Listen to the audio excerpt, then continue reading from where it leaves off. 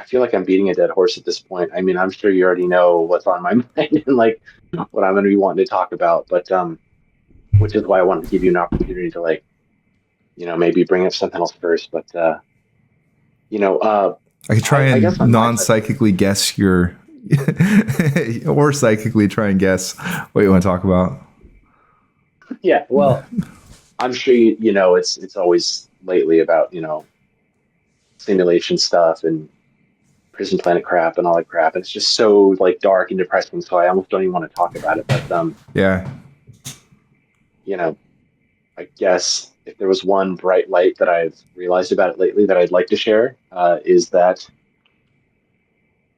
no other way of thinking has put me into the mindset of being in the present moment and having the most compassion for all other beings on this planet than this way of thinking. Um, That's awesome. with, yeah, like it's really what you do with it in your time here. And I had never had anything push me towards realizing like when you strip away all belief, all guessing, all of the stories that other people have that you adopt as part of your identity, when you strip all of that away and pull those threads away from the tapestry that makes up who you are as a person, the only thing you're left with universally is this moment and the choice to do what you will with it. And that in itself is a whole other level that I'm currently swimming in, and it's interesting. So I guess with that said, I have a question for you, and I'd like to get your take on something. Yeah. In your own mind and in your own heart, according to you, do you feel that you're closer now in adulthood to whatever you think the ultimate concept of being here on Earth is, or do you think you were closer to that when you were a child? Um, I have childhood memories, I think up until I was 8 or so, where I was like, man, I totally remember this going through this before. And I'm not going to forget when I'm older that I've already done all of this. And Okay. then I forgot what all that stuff was. But I thought about that so many times that I remember the feeling of being like a year old and unable to speak, but understanding what everybody was saying, and that frustration that I've already done this. I've already been here. Like, you're treating me like a baby, and I'm literally this old, evolved adult. Why don't you trust me? So I Yeah. don't, something was lost for sure. And I only have the memory of remembering being like that, but I don't actually remember what those things that I was remembering were. But at the time, I very distinctly like could clearly recall it. Like I would recall going somewhere last week. So maybe I knew more then. Maybe I know more now. Because I've broken down my worldview so many different times. Now I kind of just assume it's like the people who are like, I just got into this. I'm like 9 out of 10 on this scale. And then as you learn more, that number of what you would rate yourself just keeps going down. Yeah, I'm at like a Always. 2.1 or something out of 10.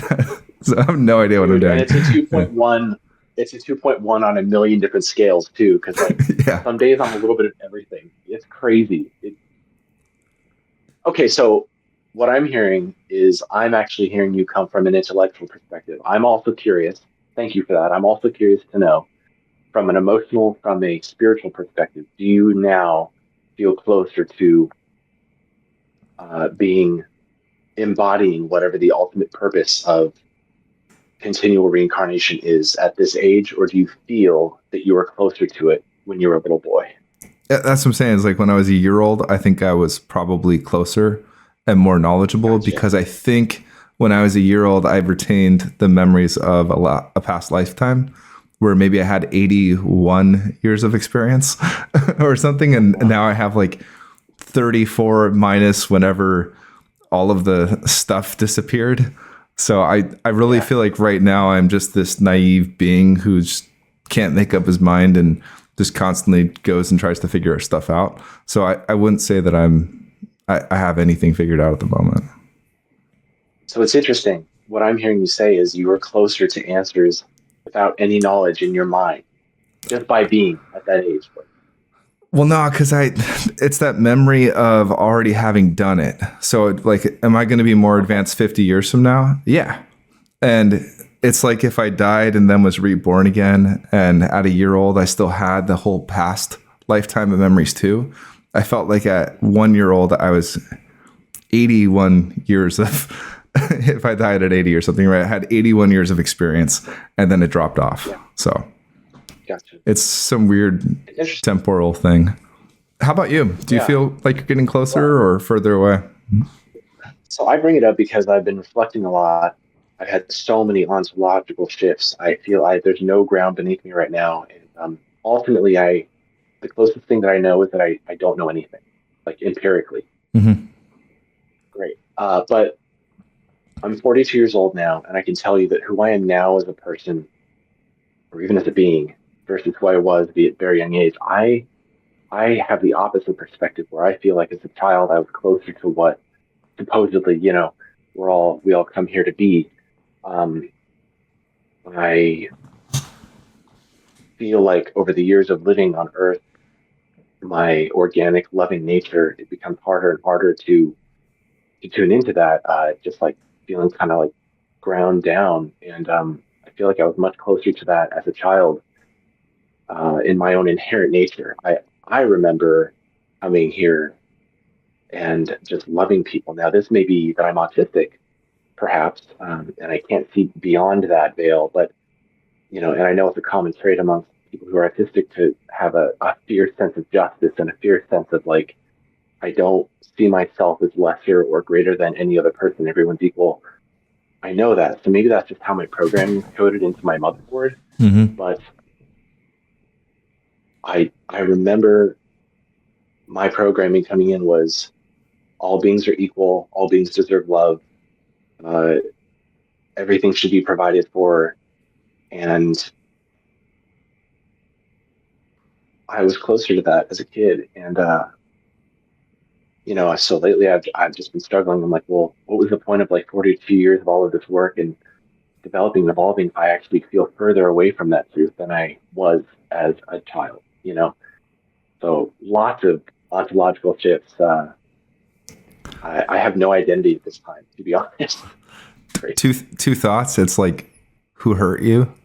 That's what leads you to change and to like build biases and things, right? Like we go through life, girlfriend cheats on us or like some awful thing happens and, like you lose friends, people are mean to you. That starts to build up all of these things. And then I think where we're at in our psychological breakdown, the Jungian stuff, you know what I mean, is the shadow work where then we start to correct all of the wrongs that happened to us, right?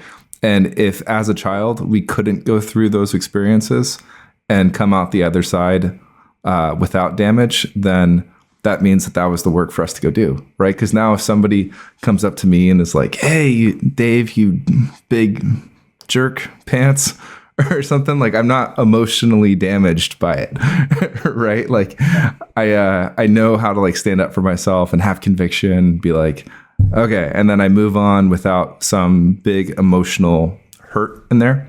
So maybe that when you're saying like, what was the point of those years? Well, if we got damaged by those years, then that's the work that we're now doing is to undamage ourselves. Mm-hmm. We should, if we already had it figured out, we wouldn't be damaged by it. But what we're figuring out is how to live on Earth, not necessarily how to be better souls, is my point where I'm stuck. You're right. Possibly, Shadow work, yeah. therapy, all of these things prepare us to be better human beings in a human lifetime. Uh, but to be quite honest, I don't even identify as human. When I get beyond the phrase I am, and I say something else like I am a father, or I am male, or I am 42, or whatever, or even I am autistic, uh, once I wade into the waters beyond I and am, I feel like I'm missing the point. Um, Mm-hmm. I just feel like I'm getting really good at navigating distractions when I start wading into how to become a better human living an earthly life. But like, I feel that there's an inherent like beingness that I don't know. I guess it's ineffable. It's hard for me to put into words. Do you ever feel this way? Do you ever feel like cool, we're learning and evolving how to be humans, but like, what's the point of that when we're not even human to begin with? Like, Yeah, I definitely. don't know. It's weird, right? But yeah, The whole thing that, we have to come here and we have to struggle and we have to do all that sounds like a carrot and a stick, right? Like why do we have to suffer? Why is that on purpose? It just, if I were to design a system, I don't know. I don't necessarily like it. well, and your Yeah. father, I'm a father too. Like, for example, like if Earth is a school, compare a lot of the beliefs of, like, let's say the New Age movement to just being a dad in everyday life. I would never, I don't know, I would never try to teach my daughter a lesson by forcing her hand on top of a hot stove top to teach her that fire hurts. That's arcane and that's ridiculous. Right? But through a lot of the philosophies that are around nowadays, that Earth is a school and love is the lesson, there's a lot of like, I'm sorry to come into dark points, but there's a lot of times where like little kids get leukemia or bone cancer and they suffer and it doesn't change them as souls. They're not evolving as humans either because they die before they've had a chance to become something greater. So uh, that right there is what makes me kind of call BS on the whole. We come here to learn and grow. I think that we're already inherently perfect as souls, and the concept that we come here to experience these lifetimes with so much torment, it's never going to be logical to me. And so lately, I've just kind of taken a break from wondering it because it's a circle that goes nowhere. Do you know the story in the Egyptian Book of the Dead? No. No. So in like super short, when you go into the afterworld and stuff, and then you have your heart weighed on the scales of Mott, and your heart Yeah. needs to be as light as a feather. And then you get judged Yeah. and you get asked all these questions. Did you do this? Did you do that? Did you do all these bad things? Right. And if you did any of those things, then you're not good enough and you need to recycle. Right. But when you recycle, like me as a 1-year-old, why is there a veil put over top of you? Right? Why are you losing the context? You can't just like start a machine learning thing off from scratch without any context. The context is always required. So like if you're just tossing beings into the same system all over again, like the way that you learn is by failing. So to even say that you're not allowed to go out there and fail, then how are you expecting everybody to learn and like just pop out perfect with no context? I feel like that whole thing's a trap. And then what the prison planet people will say is they'll say that they'll try and convince you that you were an awful person and you didn't do a good enough job in life and that's why you need to come back. But that's ignoring the fact that you were already a perfect being and you're already Yes. perfect. And the grace to say, it's okay that you made mistakes throughout your life. And that's how we grow and learn. It's not about making the mistake. It's about how we respond to it afterwards. And there's no room for that in the Egyptian Book of the Dead thing. It's like you either pop out and from the moment you're born to the moment you die, you like lived an absolutely perfect life. Otherwise you're jumping back in. And that seems, have you seen The Good Place? Oh yeah, I Oh love that yeah. show. Nobody's good on this scale, right? That's a scale that Yeah. is impossible to win. Nobody ever would have succeeded in that way. You know what I mean? You make one little Yeah. mistake and then boom, you have to start over with no context or even memory of what you failed at. Yeah, Hmm. Exactly. don't like And it. so I agree with that completely. And I feel like to be a person who speaks openly against the grain with all of this stuff, I'm constantly met with resistance to it. And you look at culture, you look at religion, you look at all these different things. It does not pay well to be a person who is a naysayer of all of these concepts. So, I would never erase my child's memory, for example. Like if they're trying to learn, what sense does it make as a dad, let's say, like you're trying to teach your child English, and every morning you erase their memory and put a veil over them so that they don't know what they Yeah, learned the day before. Right, of course. So, it's gaslighting. yeah, it is. And if we're here to learn and grow, the last thing that this reality does is really allow for that. And like you were saying earlier, I agree. I think there's so much growth to be had in moments in life that don't require suffering, you know? Hmm. Yeah, like pets, you brought this up before about how animals can inspire us to be such loving people because they are so loving too. That didn't require pain or suffering, you know?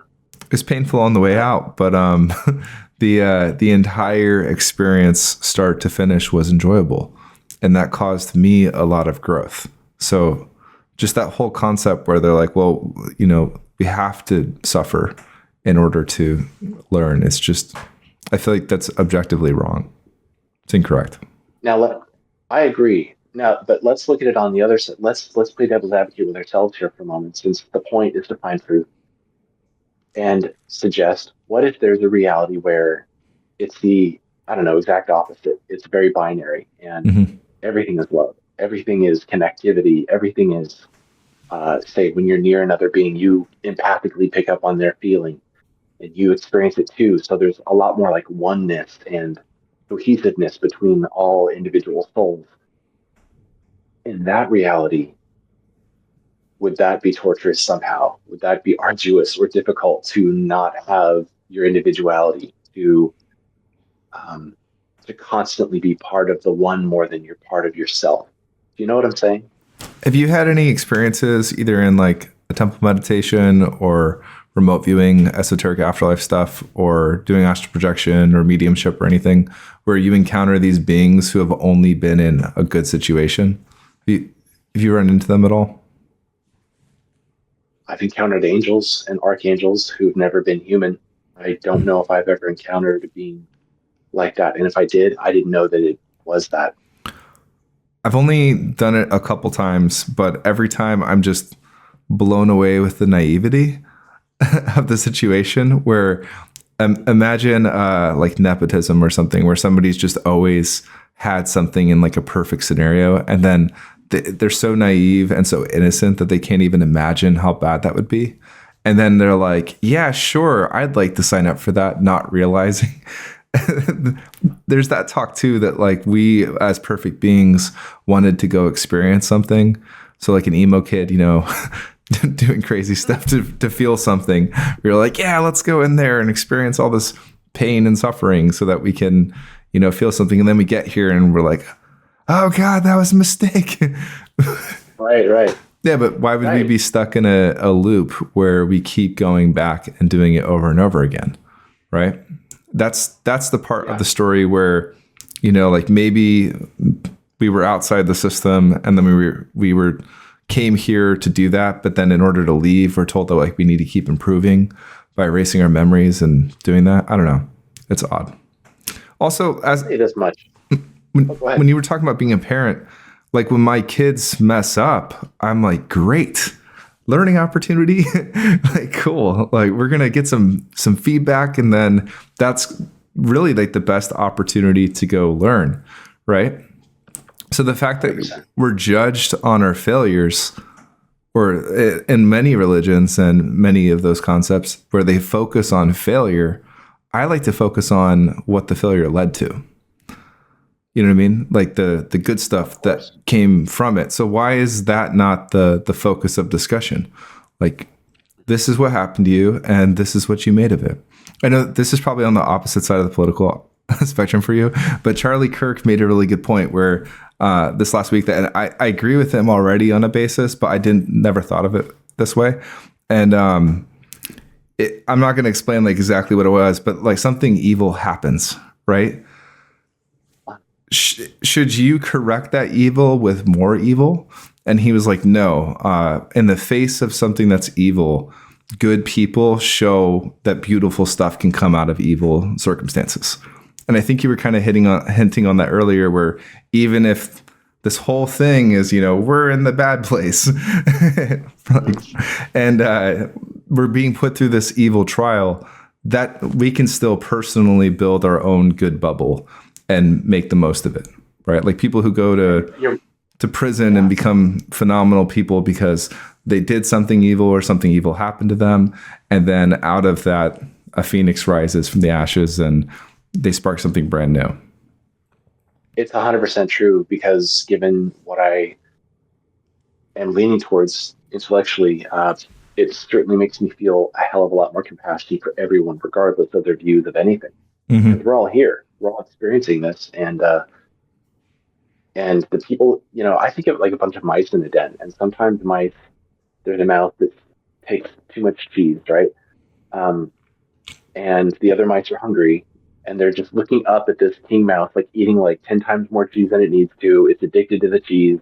It can't get enough, and it's not sharing the cheese, right? So these are all innuendos for political concepts, but looking at it from a spiritual perspective, um, I no longer hold in my heart a judgmental space of anger or resentment towards those mice that are taking too much, because any personality type, political spin, religious take, spiritual take is a byproduct of having been in this system that, in my humble opinion, kind of soul taxes people enough to where it grinds them down into these avatars of Dave, Orion, Bob, Jill, Jack, whoever.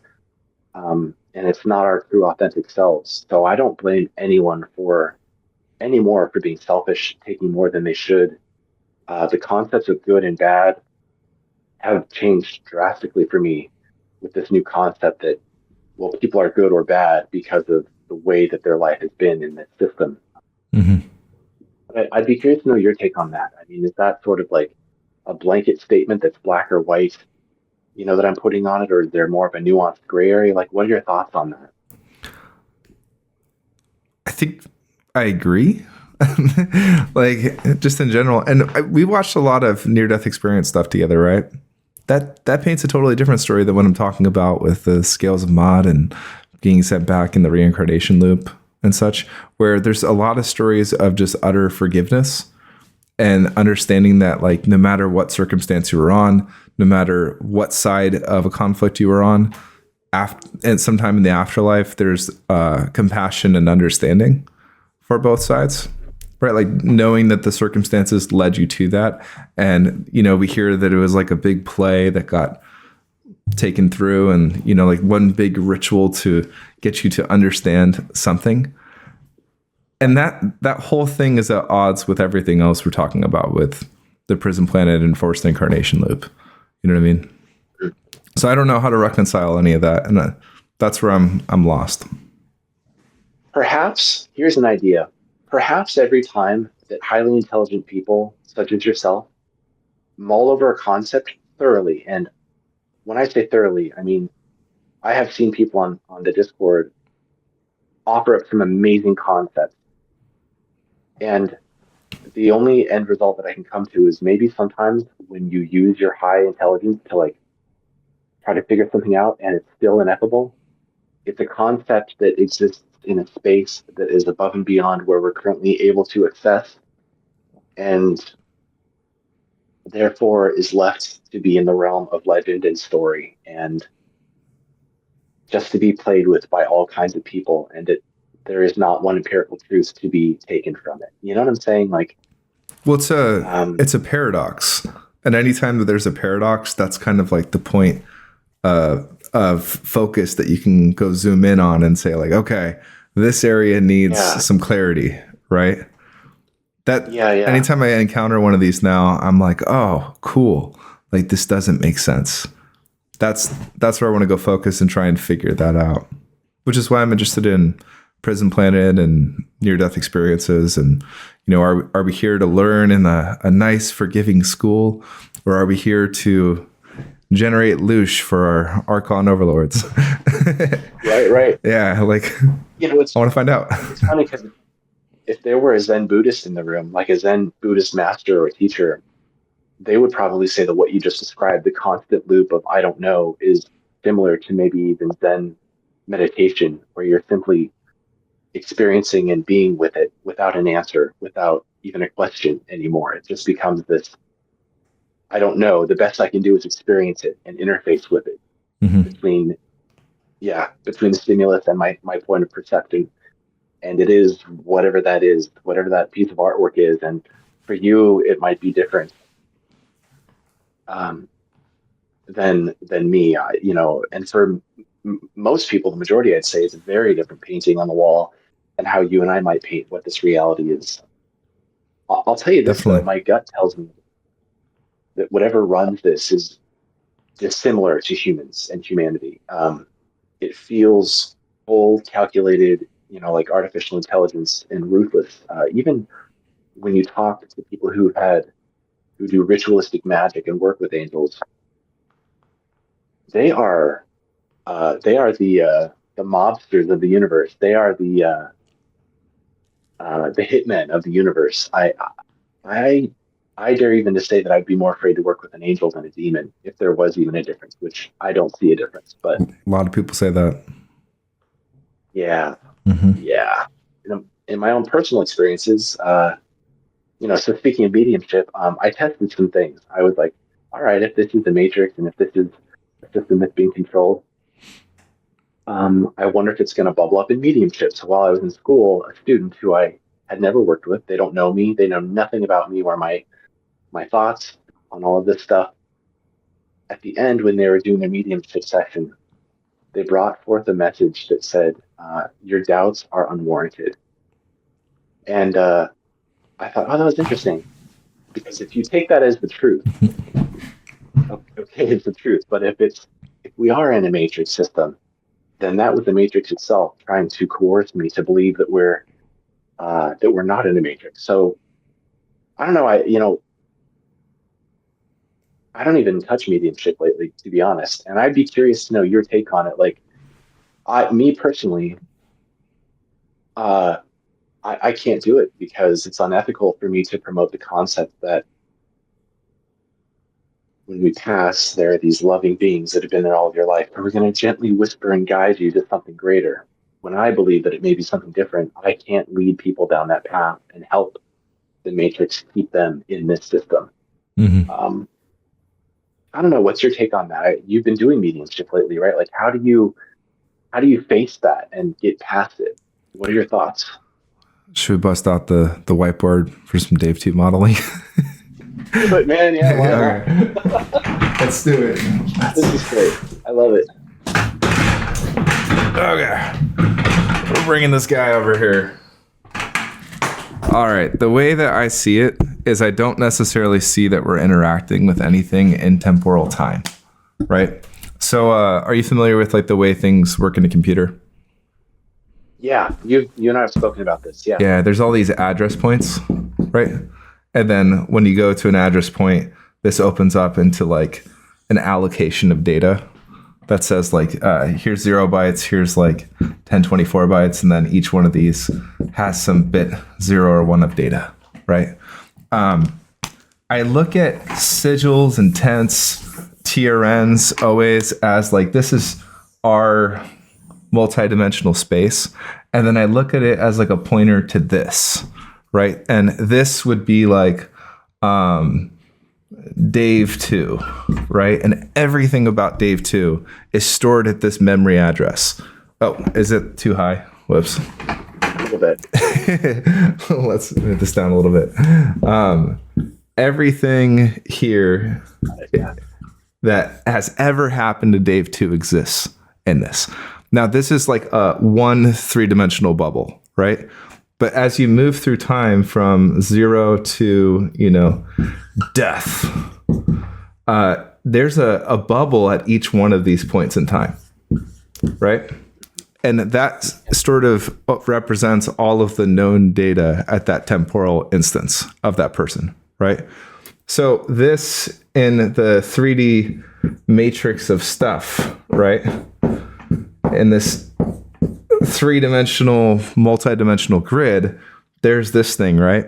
When I'm doing mediumship, for instance, I'm not thinking that like after death, there's this bubble that is continuing to temporally go on linearly. I'm going and talking to that guy.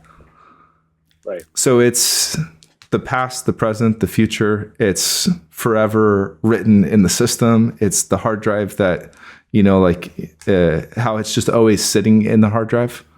It's not actually running. It's not loaded into RAM. It's not executing. I'm just going straight to these bubbles and pulling them up where you can get everything about them. So am I talking to them? No, it's like pulling up a large language model of Dave 2 and saying, hey, Dave 2, I'm going to instantiate you right now, saying new Dave 2. And now I'm going to ask you a bunch of questions. And just like a chat window where you do that. So I really feel like that's the same thing that we do with a lot of stuff. Like if I said the Eiffel Tower, for instance, you would have the Eiffel Tower as a bucket of all the knowledge. And then from there to present, there's all these little bubbles in time. If I said, go describe this picture at this point in 1942 only, right? Then I'd pull up that bubble and I'd be probing it. But you can just probe the whole Eiffel Tower thing and do time explorations and get the whole shebang bang, right? But I do think that when people say mediumship, they mean like, I am pulling up your relatives and friends who are temporally experiencing this afterlife. And that's, I'm not doing that. I'll tell you that. So I'm not actually talking to anybody. I'm having a theoretical conversation with their large language model in the Matrix. So really it's information interacting with information and gaining more information from that. And perhaps timelessness is sort of like timelessness is encoded data from a hard drive that's not running or spinning or powered on. It exists because the wave function has collapsed and the data is there. Whether it's being perceived or not, it doesn't matter once its instance is created in time. But I wish more mediums would be open to this kind of thinking from the perspective of a remote viewer. Because I can tell you, I reached out to my own teachers at my school. They just ignored it. They didn't want to hear it. They were, so it's interesting. Not this concept, right? The concept of who am I talking to? Is it somebody pretending to be someone? Yeah. Right. Their concept is that it's the actual spirit and that you're interfacing with them, and so when I suggested anything else, it was like unheard of. But what's interesting about that is that mediums, remote viewers, psychics, all of us are voyaging psychically as far as we can to try to get beyond the boundaries of reality. Yet when another psychic or remote viewer interfaces with a medium, it says, it's all just information, like what you're saying. And then the medium says, it's not information, it's the actual spirit. I don't know, it's interesting to me, and maybe it's just a human construct that we have to classify things and have these rule sets of like what something is. Because I'm open to both concepts. I'm open to your concept and the concept. I really don't know. I don't have that. I can't see it. But if I do movement commands and get the tunnel of light and walk through the tunnel of light, I continue experiencing time linearly, right? So there still is something there, but to me, it's still the same thing. If I pull up Rileykins, for example, Riley, my cat, and I pull up after his death, I'm pulling up a little information bubble still to me, right? Like, and some experiment that I keep thinking about how to run is like, I would like for, let's say like Dave's going to die at 80 or something, right? This round. Well, can I, when I'm 80, send myself a message in the past? So like, I'm always sitting here listening. I think I asked Bertie Jaworski this. I'm always trying to listen to messages from myself. And I'm like, am I sending myself any messages from the future? Like, Dave, what are the winning lottery numbers on? Come on, like throw myself a bone here. Yeah.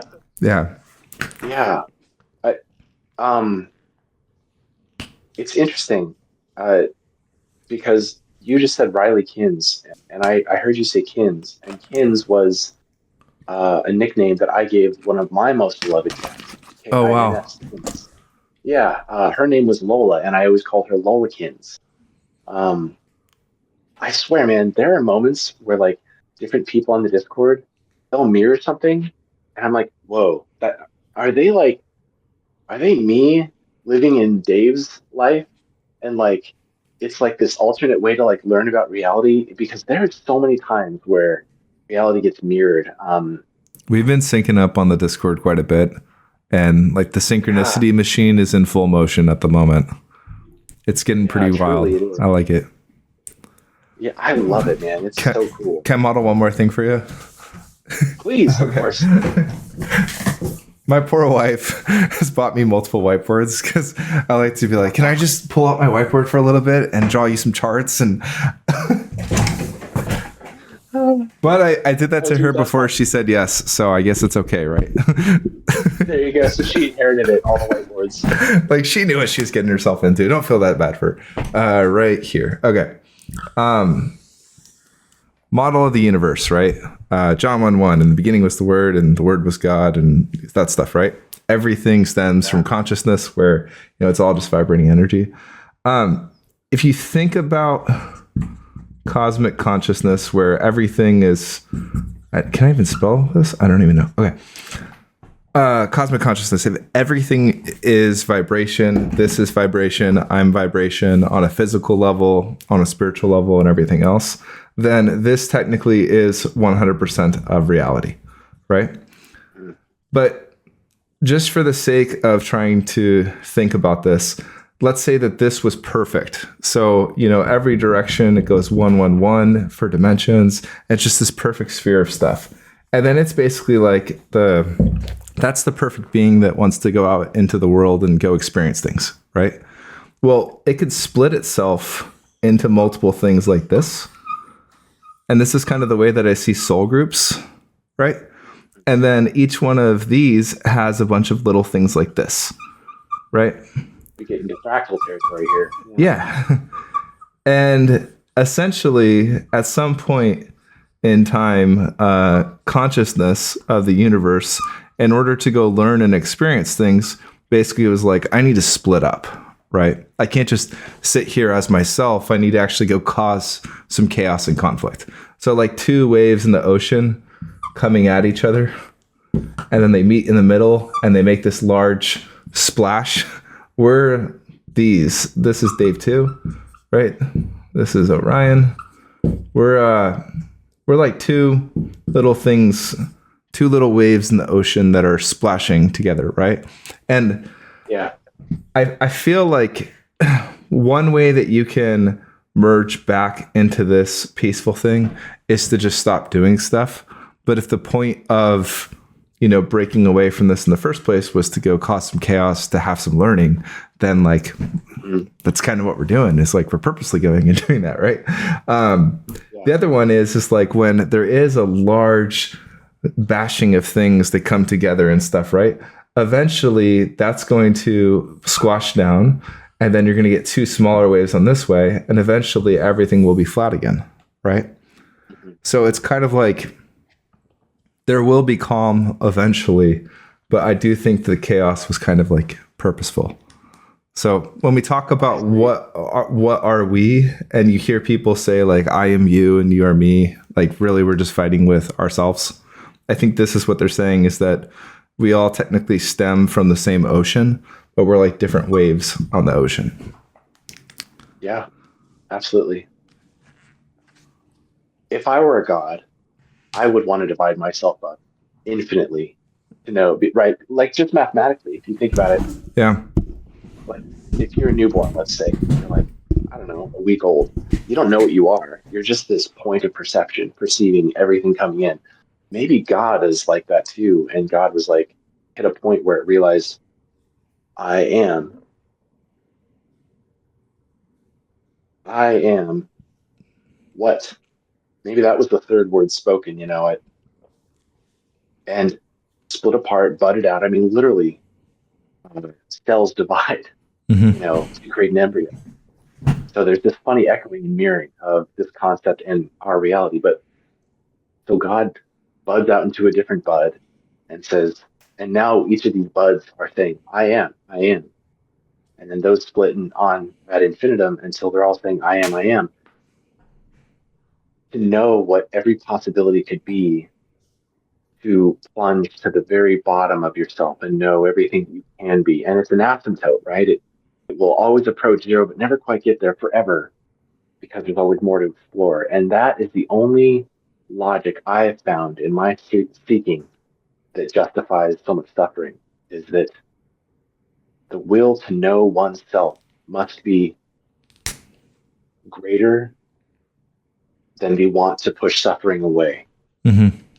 There must be a greater yearning for freedom, expression, and self understanding than the yearning to stay separate from suffering. Where it becomes difficult is in the granular experiences, such as me being a human being and experiencing that suffering now, because it doesn't feel justified, but perhaps Yeah. there's a greater perspective. What are your thoughts? If the point is to go hit some chaos, some big wave things, right? That big wave thing could be Riley coming into my life and being nothing but pure joy the whole time, or it could be something catastrophic. And maybe it's like do you know the game of life? It's a software concept. No, I don't think so. It's a 2D grid, which my light's all the way in that. It's a 2D grid like this. Like Flatland? Flatland? No, it's a No. basically there's cell. Oh, and that's I'm just a mess. There's these cells that get filled in, right? And then there's rules which are like, well, when this cell has these ones next to it, then this will be born and this one will die, right? And what's crazy is there's all these self-replicating structures that get generated from it. So it's showing how like simple something in 2D can create these like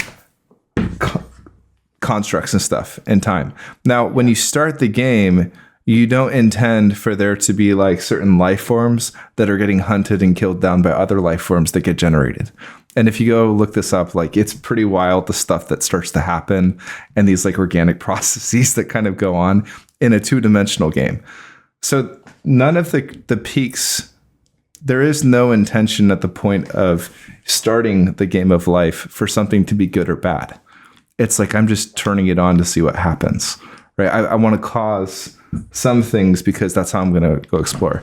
You recently moved ish, right? And I recently moved ish. And both of these moves for us are like this big point of exploration and finding, you know, our true calling and like where we've always meant to be. Like we're on like our own little Moana journeys, right? And Yeah, sure. yeah, so it's a little bit like that, where in order for us to grow, right, like we had to go somewhere else. Like just staying put wasn't giving us the growth potential that we need. Just changing it up in the first place. And I keep thinking about this with my kids. The trees outside look a lot like where I grew up. Right. And I was always like, I want to go to the beach and be someplace sunny and warm. And then with my kids, I think that they're going to go back to where I grew up and they'd be like, there's mountains and lakes and, oh, it's raining. What is this? This is cool. And I'm going to be like, yeah, I think I have the perspective that they're going to find enjoyment in that because it's going to be different. That's going to be their like, I need to go branch out and grow. I need to go leave the island and explore. I got to go past the reef. And that's what the cosmic consciousness God stuff is if we are expressions of that, we're the branches out to go explore. I love that. And I'm going to both love and find it difficult to be the larger branch because right now I'm just a cell in the tree. And the growth of that is really painful. Yeah, definitely. It's granular.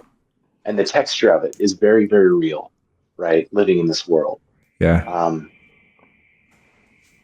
I suppose, you know, like when you're describing the game of life, I can see how the point of a game like that is to jump off the board and evolve into a different way that was at first unforeseen in just this, you know, flat 2-dimensional game. And maybe that's the point.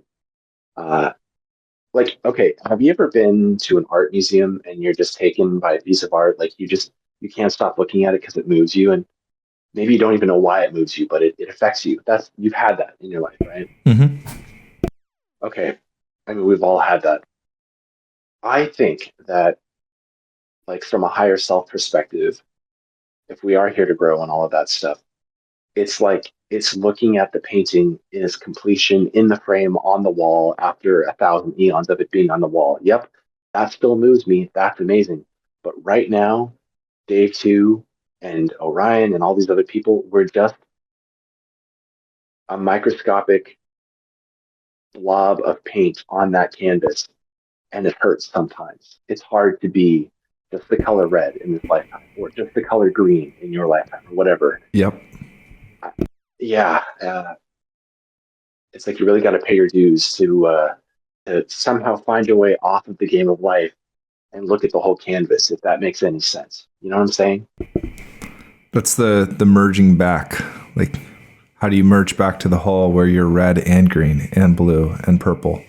You're full spectrum again. I suppose in a system like that, the most well qualified person who can stand back and say, I understand that painting, is the one who experienced being every dot, every pixel, every color, Mm-hmm. until it was the sum of the whole painting. That's another justification. Yeah. Yet still, and maybe this is just me from a lower perspective because I'm not there yet. I'm just a dot on the painting in the gallery. I would have done it a little bit different. Yeah. You know, but so I want to share one more thing with you, and then I want to hear more of what you have to say, but I want to get this out there. Um, Last night, as I was falling asleep,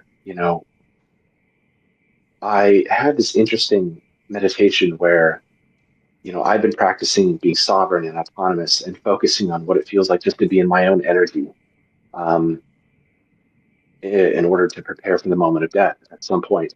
And because I personally don't plan on merging back with the source. Uh, so I was in this meditation and I was like, I am me. It's all I want is to be me. And then this other voice came in and was like, I am me. All I want is to be me. And visually this screen opened up and I thought, and it was like me, but like 80,000 lifetimes of a higher self of me. And it was saying the exact same phrase I was saying, but the context was different. Here I am, just Orion, saying, I am me, and it's all I want. And I'm cowering and I'm being a miser with my soul, trying to keep me as me. Uh, Damn it, I don't want to be in the fractal. I don't want to be ever expansive. I'm just me. I'm scared. And then there's the higher voice. It's like, I've lived 80,000 lifetimes to be your higher self. Why would I want to stay as you? You were just that one, autistic guy who was a remote viewer for a while. I want to be you and the 80,000 other lifetimes because it makes It's that second painting big. petal on that flower from the consciousness I was showing, right? Yeah, Yeah. absolutely. Yeah. And the whole I am is, I mean, it's kind of ego, right? Which ego isn't necessarily a bad thing. Mm. But if Yeah, it's funny. the Go ego is ahead. Yeah, that sorry. large peak, and then as we kind of like dissolve it, we're okay with not having it anymore. Mm. I'm obviously Yeah. not, because I got like fancy mics and stuff, but this is all Yeah, ego. these little threads that we weave into our identity, our ego. Mm-hmm. Which It's it interesting. isn't bad. Yeah. Right. I agree. I agree. When you look at it from a different perspective, one might say it's bad. Like if you're walking the path of, like in the mystical Kabbalah and the tree of life, there's like the path of, what's that path? The path of gentleness, or there's a word for it. Um, anyway, looking at ego from that path, you'd say ego is bad because it's all self-consuming and selfish. But looking from the path of severity, it's like, well, ego is all that there is to maintain oneself. And then there's this middle path that's like, both are kind of right.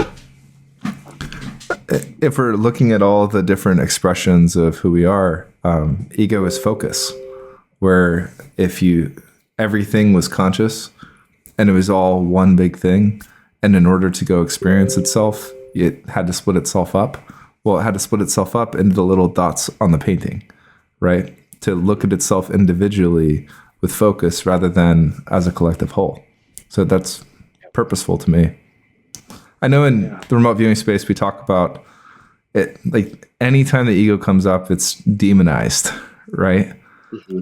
And I don't necessarily think it's the worst thing in the world. Sure. Yeah. The person I was 6 months ago would not have been able to interface very easily with that. But the person that is sitting here now, I completely see that. And the joke on me is that the universe found a way to teach me through helping me embody a state of being that does not believe that the universe has any lessons in store for me. Mm-hmm. Do you see that? Isn't that odd? It's all super odd. Yeah. Yeah. Yeah.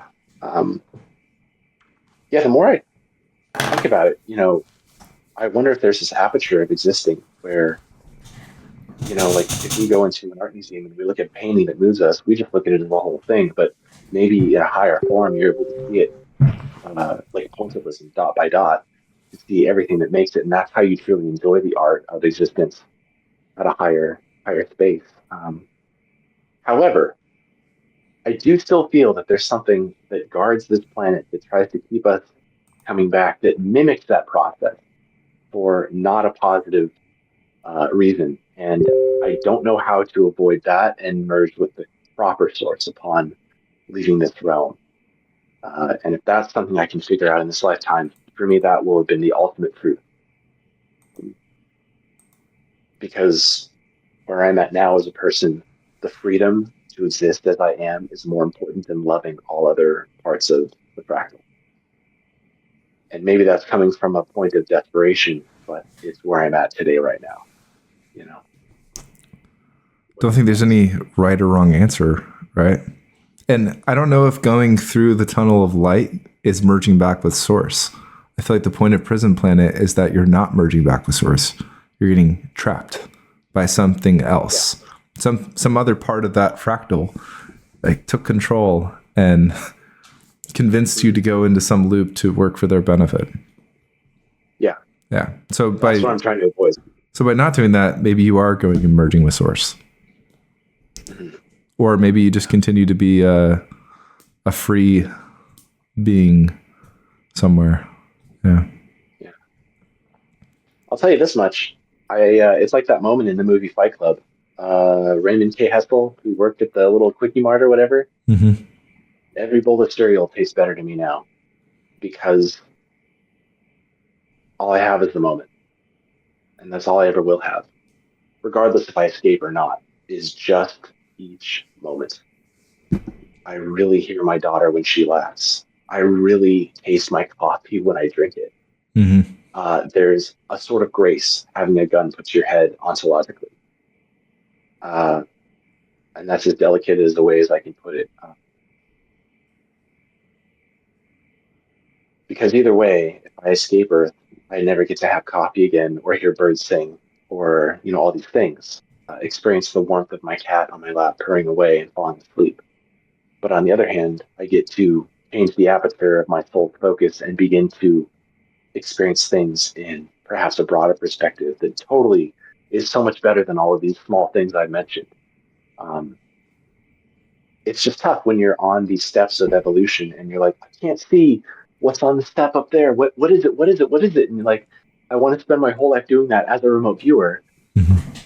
But, a Jedi would say, but don't do that at the expense of the living moment now, because you came here from a step below or somewhere else in the fractal.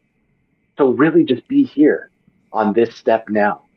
And that's the best you can do. That's the most power that you have, Sometime in my early 20s, I had this epiphany that it was the Eckhart Tolle Power Now, but I hadn't yet read that book. Somebody suggested it to me after I was telling you this, that everything that you and I are trying to do right now is explain a present moment. And the mere act of trying to explain the present moment pulls us away from the present moment. So I had this revelation, my poor wife, once again, I don't even know how she's put up with me this long. I didn't really say anything for like 6 weeks because every time I would go to say something, I'd be like, I'm literally going to pull you away from what I'm trying to explain, which is a moment, right? So if I just stay quiet and then we all just like sit in that moment, we're in the thing that I wanted to explain in the first place. And that's kind of the power of now.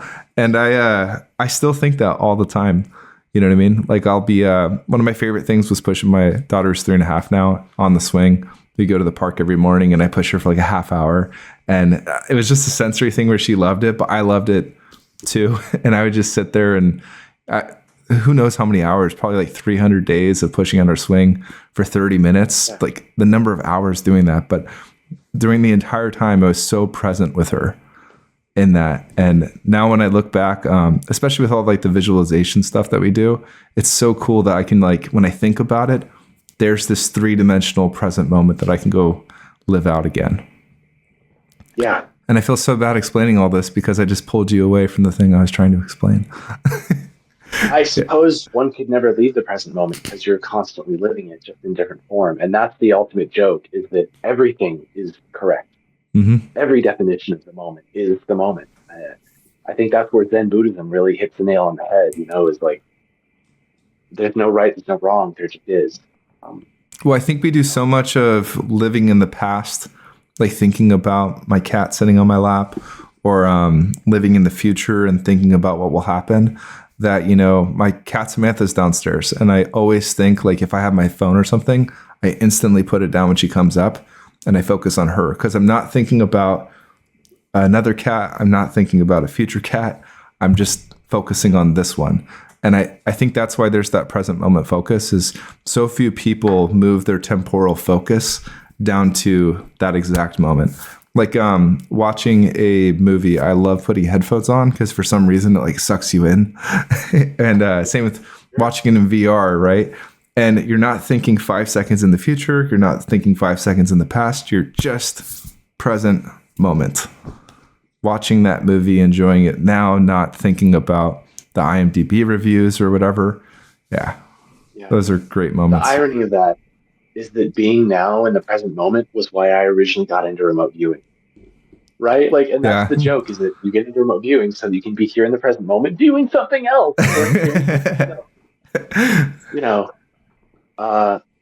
It's hilarious. Yeah, I love that. And you know what? Every time that you take time to not tune into your phone and be with your other kitty, you're doing justice to previous experiences with Riley, because you learned and you're now applying that lesson and you're saying, hey, Riley, thanks. I love you and I see you. And you know what? My act of paying attention to Samantha is also me honoring you. And like it's a whole, it speaks back to the past. It's like a retrocausal kind of love connection. Does that make any sense? Makes total sense. Yeah. Yeah, definitely. That's why I kind of stopped making so many videos, because that takes time. And I just started thinking like, how many hours was I like upstairs here doing something when, I could have been spending it with my kids or other cat or something. So like I'm still doing stuff, but like if it takes time, it went lower in my priority list, right? I got some perspective where I was like, damn, I should go be with them. Yeah, absolutely. It's funny because being alive, there's always multiple things that seem to deserve the same amount of attention. Family. I'd say for me personally, family and spirituality are the two dominating factors.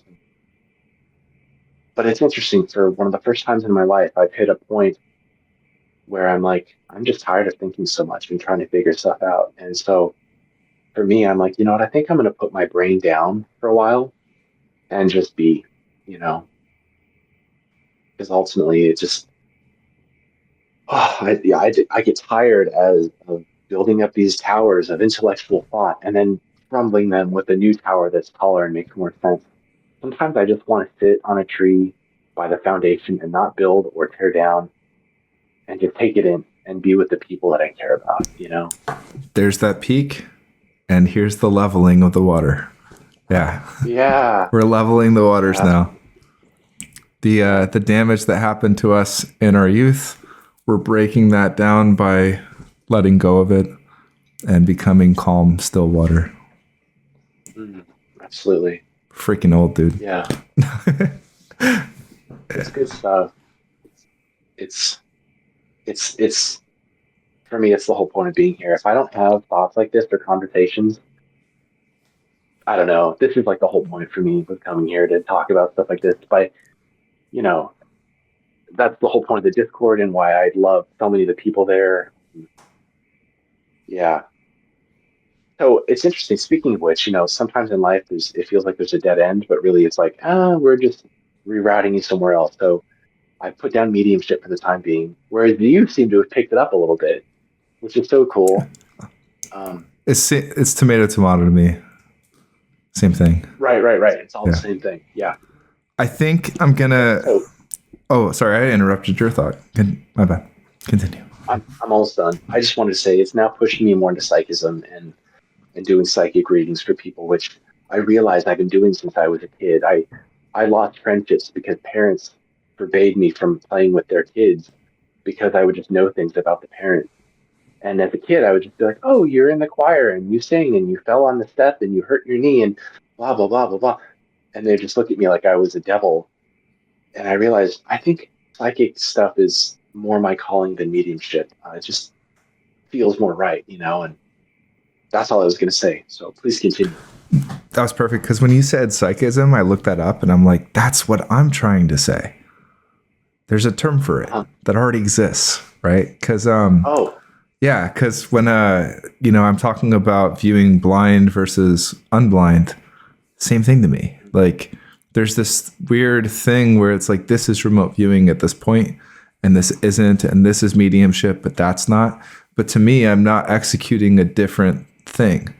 I'm going through some I have a set of tools that I've built, ideograms, and making sure I hit all the clairs and sensory perceptions and kinesthetics and proprioception and cue responses and data types that come back, tangibles and intangibles, how to deconstruct conscious interference, AOLs, right? Question and answer, all these different things that I've built up. And I can use that to go do mediumship. I can use it on blind targets. I can use it on unblind targets. I can use it to go do a tarot reading, which I love doing, but it's still kind of operating under the same model. And I have a game plan to go do psychic stuff. I can use it in all these different environments.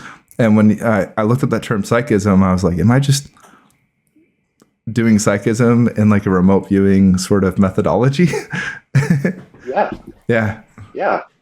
It's sort of like the oldest spiritual practice in the world is shamanism. But really, everything is shamanism, right? It's just there's different takes on stuff and different dialects of things, remote viewing, mediumship, all these things, as you say, it really harkens back to just going within. Mm-hmm. That's it. The deepest space we will ever find is straight into ourselves, because ourselves is everything. And there's that present moment focus. And the way I look at what we're doing in remote viewing or that second body temple meditation I was talking about from the chaos magic stuff is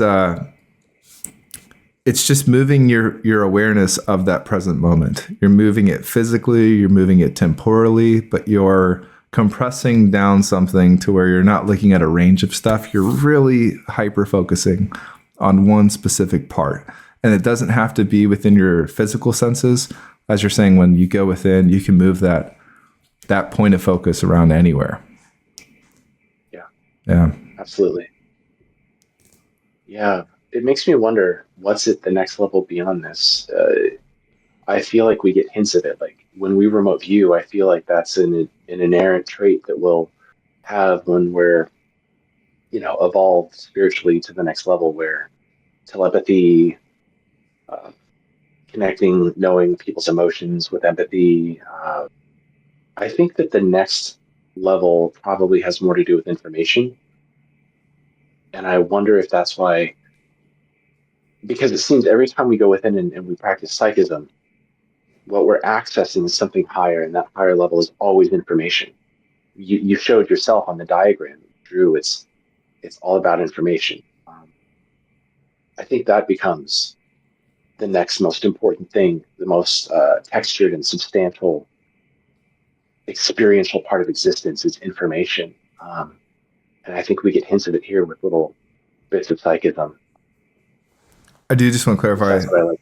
the information thing I drew. That's just how I model it. I don't know if it's correct. It's like a way of Sure. thinking about it, like conscious, subconscious, higher self. I don't know if that's true, but I find thinking about the model useful. Where like I'm able to kind of visualize and put it to there, and then that's like a way that I can interact with it. But if I evolved my thinking tomorrow and changed I think it'd still work. But just having I really think that remote viewing in itself likes to treat everything as a black box. I think I was talking to David Powell about that, how we're not supposed to know any of the internal workings. But for me, the more that I toss on what I'm doing to a model, the better I seem to be able to function with it. Where it's like I'm just gonna toss on this hat for now and treat it this way. Right? Like I'm not talking to a dead person, I'm talking to this information bubble.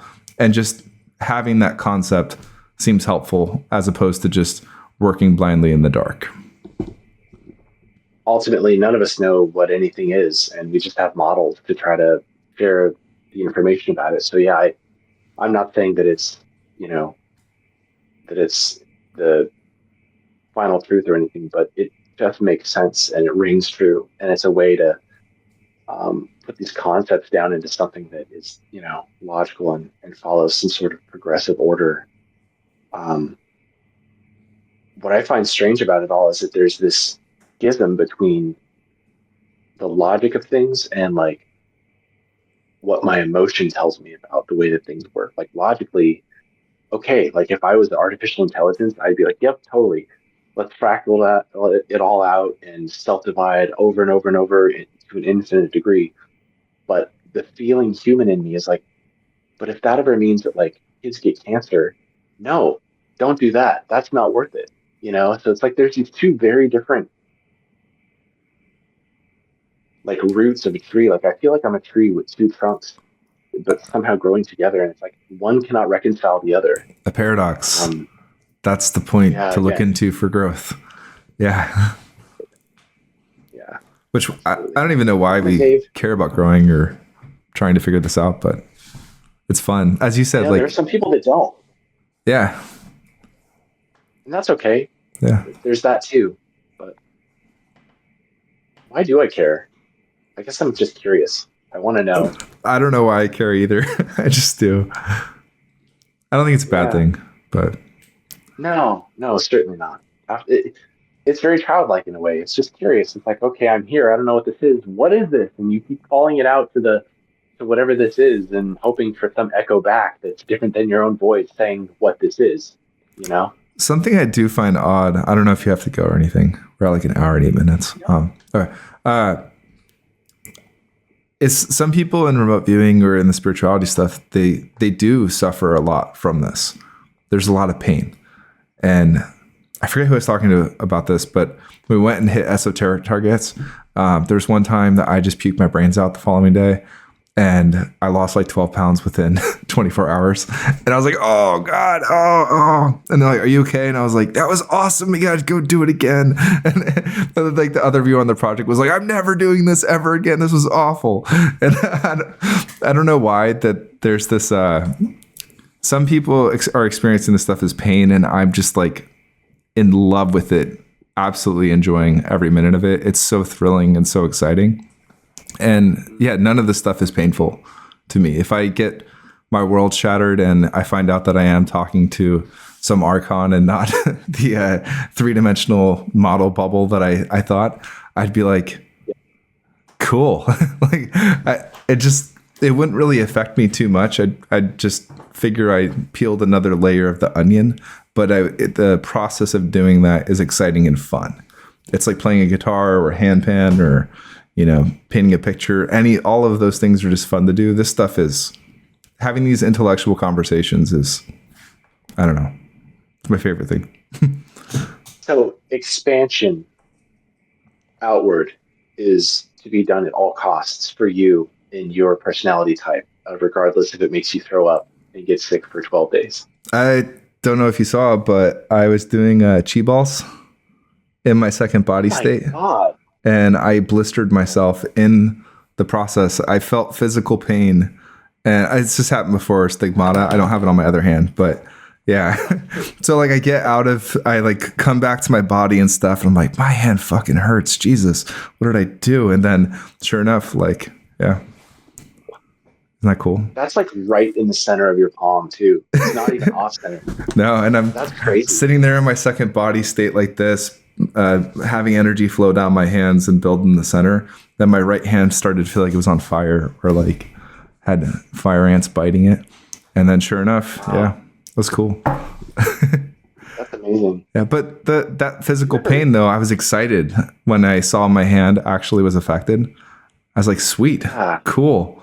There's physical evidence of what I was doing. Yeah. Wow. It's just crazy because when I apply that to like the greater logic of like, okay, sometimes there needs to be suffering for some greater purpose. Every day on the Discord with these people, everyone is constantly knocking on the walls of the Truman Show bubble of reality, being like, can I go past it? Yeah. Go past it to this door. Do this, do that, do that. And the fact that you burned your freaking hand in it by doing a meditation. I mean, most people in the world would not take this in as they would call it crazy or explain it away because they're uncomfortable with it. So the fact that you're going into these spaces and trying these things, and even if it's hurting your hand, I mean, so let me ask you, is there any limit that would stop you from receiving higher knowledge about these types of things? There must be a ceiling for you. I haven't encountered anything yet like that. Oh, yeah. cool. Yeah. Okay. I do kind of feel like a lot of people are like, what if you like give yourself cancer, or like you merge into like a bad timeline and terrible things happen? And I'm like, what are we just going to do? Like sit around and not do anything? Or you're just never going to go drive a car because somebody might come out of the side and hit you? I feel like these are all like, I like surfing, and I'm deathly afraid of water and sharks.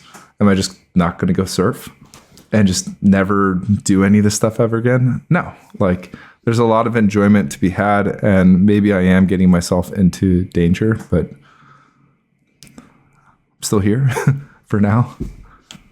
It's, if a being such as yourself walks the path of such intense focus to try to develop these things, perhaps they are also strong enough to safeguard themselves in the event that there was something negative to be encountered, right? Mm-hmm. So perhaps the fear is pointless in and of itself, because if you're able enough to do these things and to focus your energy that much into, I would imagine that probably be pretty safe against most things that might try to cause you harm. I think I'm the type of person that if I went ghost hunting and I saw a ghost, I'd be like, exactly why I'm here. Great. Like, oh, do you feel that? Do you feel that dread? That sense of like adrenaline and rush? Oh, that's what we came here for. That's why I wanted to come to this haunted place and film. And I always kind of think it's funny every time I'm watching a ghost hunting thing. And then as soon as they see the thing that they came to film, they like freak out and run out of the place. I'm like, what? Why'd you go there in the first place? Absolutely. Can I bust out my whiteboard again? Do it, man. And while you're busting it out, say something really quick. Yeah. Among all the sacred doors that knowledge is kept behind, I seem to get hung up on the doorway of mercy and of, kindness and of people not suffering too much. But perhaps there's knowledge beyond the doorway of fear and beyond the doorway of some suffering too. Because I know that a lot of what makes you as a person is knowledge that's been attained by surpassing places you felt were a little creepy, and you still kept going. But, yeah. But go ahead. Like, just because the water feels a little sharky doesn't mean you should get out. So it always feels sharky. It does. The way that I look at knowledge, be it software, handpan, anything, recording stuff, anything, remote viewing, mediumship, is I look at it as This is all of the known knowledge, which let me once again figure out where I'm supposed to be drawing. Okay, we'll do that. This is all of the knowledge that is known about a topic, right? So let's say that that's remote viewing. Now, we start here in the center, and we have no idea what we're doing. And then we start to kind of like draw these bubbles. So over here is TRV, over here is CRV, right? Over here is ERV. And as we start to grow, we kind of like do this thing where we hit the edge, right? And this is where I think is really fun, is because as soon as you start to hit the edge where you're like no longer learning things that are known, that's when you start to basically, you are adding to that bubble. So the whole knowledge bubble, then, this is all new stuff that you created, right? And I feel like what we're doing on the Discord a lot is like, cool, I've learned the things that are known, and now we're chasing into the unknown. Yeah. That's my favorite is, and I know when I start a new topic, I know that I'm like not even close to the edge, right? But as soon as you get to the edge and then you start knocking at doors that like, what's past that door and no one knows, that's the fun stuff. Yeah. That's how you know you're in the danger zone. It's because you're poking around out here. Nobody can tell you anything because it's uncharted territory. And that's, yeah. It's true of everything you ever do. And of course, there's dark spots in that bubble of RV that I have not visited. Like there's a whole point over here and different programs and stray cats that I have not looked at. But that doesn't mean that you can't go towards one aspect, master it, and then go past, right? Yeah. It's interesting because your diagram mirrors the fractal flower shape that you were drawing earlier too, of ever expanding outward and then reflecting back. It's true. You know? Yeah. Yeah. That's my favorite thing, is when reality echoes itself, shows higher perspectives in lower spaces, if that makes any sense. Like, it's rhyming. It is. Yeah, it is. It's rhyming. It's self-harmonizing, right? Yeah. Yeah. Well, so like when I got into mediumship years ago, I would have been scared to do something like that.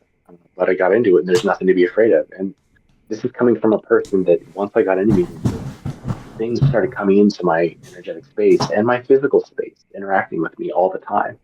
A touch on the arm, like a physical touch, grabbing, pushing my shirt down, seeing it happen with my own eyes. It was real, it wasn't imagined. And then just realizing, oh, well, that's just a being like me. They just don't have a body, and it's like, so once you face that door of fear and go past it, it almost forces a perspective shift. And I feel like I'm in a doorway right now. I just can't wait to get past it and then look back in and then offer up knowledge that I am able to get from that part of it and share it back with the other layers of the onion, Yeah.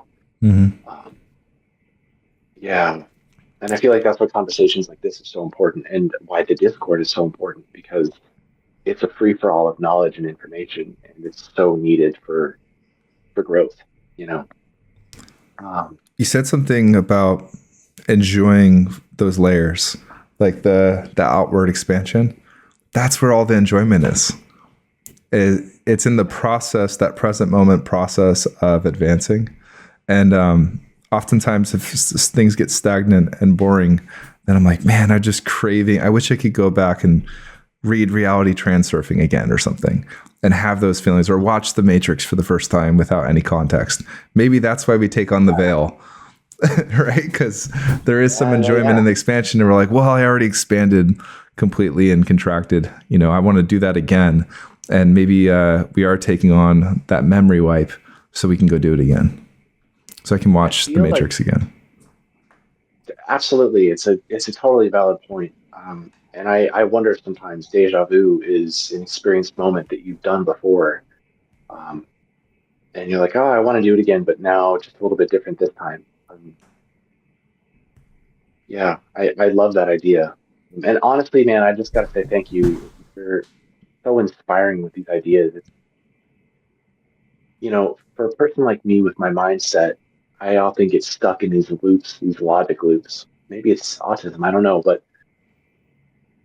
I really feel like what I personally am going to leave this conversation and take away from it is just to be a bit braver and a bit more courageous. And I don't know why things are the way that they are, but they are. And I'm simply going to exist and keep pushing the boundaries and find out, because that's my right as a sovereign soul, is to, I have a choice. I can either get to the door and cower back, or I can get to the door, fucking push through it, and find out what's beyond it. And without that, what's the point of even being here? If it's I painful, don't, enjoy the pain. Enjoy the yeah, present moment, no matter what it's giving you. yeah, I love that. Let me say this, and I feel like maybe I'm going to wrap with my ideas unless you have other topics you want to talk about, but I want to at least share something that came to me during an unblind remote viewing session. There's a lot of people searching for answers about how to escape if this is in fact a prison planet. And I was able to get to a place where I was so neutral in my meditation that I literally, the place where you literally, you don't care, you're not judging, there's no time. You're not narrating or even creating stories, you're just sort of observing. And I came to a place where I was asking about the nature of how to escape this reality if one were so inclined to do so. And what came through was all visual in nature with a lot of feeling. And here's what it was. And I'll say it quickly. It was traveling through a black tube made of energy into an embryo. And it's what's weird about this visual is that it came through in reverse. It didn't come through linearly forward. So maybe I should say it to you forward. Let me just say it forward. So the meditation became uh, before you become an embryo, you travel there to a point, and once you're in the embryo, you create these different realities based on your intentions. But then before even being the embryo, you're light traveling down a tube, and the tube gets narrower and narrower and narrower. There's a point where the tube is wider in aperture, and the way to escape it is instead of being light that is focusing its its plane in on itself and reflecting in itself, just go back to a state of expansiveness of Mm-hmm. simply being. Yeah, of the visual was similar to like a satellite or a solar cell out in outer space. I can see it right now. And instead of folding in on yourself to self-reflect, stop self-reflecting and just outward reflect, almost like a lotus or like a flower that opens, and embody simply being. And that's the key to escape, is not focusing on duality, just everything is one. That was sort of what it came to. Have you ever had anything like that? I mean, there's so many parallels What to are what your thoughts? we were talking about where there's like the 5D, 3D matrix thing where we're compressing here. And what I was talking about with the ego is that the more that you declare I am, the more that you're converging in. It's I am is not an expansion, it's compression, right? So Yes. the opposite of I am would be I am everything. I'm not anything specific. I'm not Dave 2. I'm not you. I'm not on this Yeah. call right now. We're not doing this. It's I am all at once. Yeah, it's that expansion. Yeah. I've Yeah. It's I like a was getting light. a Instead of shining in on itself, it shines outward. Go ahead. yeah, I was getting like massive overlay visuals like right here while you're explaining it. And then Really? I hope, yeah. So I was like kind of seeing myself behind these visuals that were there. And I was like feeling it. And then you were doing the hand movements at the same time. It's going to be cool if I the gotta. recording worked to see if we were like in sync. I think we were, because Yeah. I opened my eyes and I saw you doing this while I was doing that. I was like, whoa, he knows exactly what I'm talking about somehow, but I haven't finished yet. Like it was literally like I did it, and as I'm doing it, like it was like I was pulling your hand, and I'm like, "What the is going on right now?" Yeah. That's what I'm Yeah, talking about. The synchronicities amongst everyone in the Discord. It's like this large, it's interesting. It's like, it's so cool. It's freaking cool. I love it. Anyway, yeah. that's a great session. there, and that's like a really cool idea for a project that also overlays what I was just talking about with David Paul and asking on the remote viewing Discord. Is if I task somebody Prison Planet stuff, I think they would reply Prison Planet. And how do you get to the true nature of what something is? And there was that experiment that I was wanted to do where if we could get 4 remote viewers that we know are flat earthers and 4 remote viewers who are globers, and we just give them Earth and just see what happens. Do the flat earthers report flat Earth, and do the globers report the globe? Do they converge on one? Do the globers report a flat thing, or do the flat people report a globe? What is it? And then if you could find even more, is there a way to task everybody to get to converge on the truth? And how do you know that something is true? I don't know. Because that's kind of why I'm like scared to go. Maybe. Oh yeah, you commented on the last video. Yeah. Just an idea. When you're done, I wanted to ask about that. Keep going. You were on a thought. Well, with your comment, you were talking about scoping it, and that's where I was saying, like, I don't know if the scoping works. Oh, okay. I don't know if I say that you'll only observe the true thing and ignore all bias, right? If that's not still just going to converge on my tasker bias. Right. Because it's the intent of what I want to see. So I want to see the truth, but I don't know.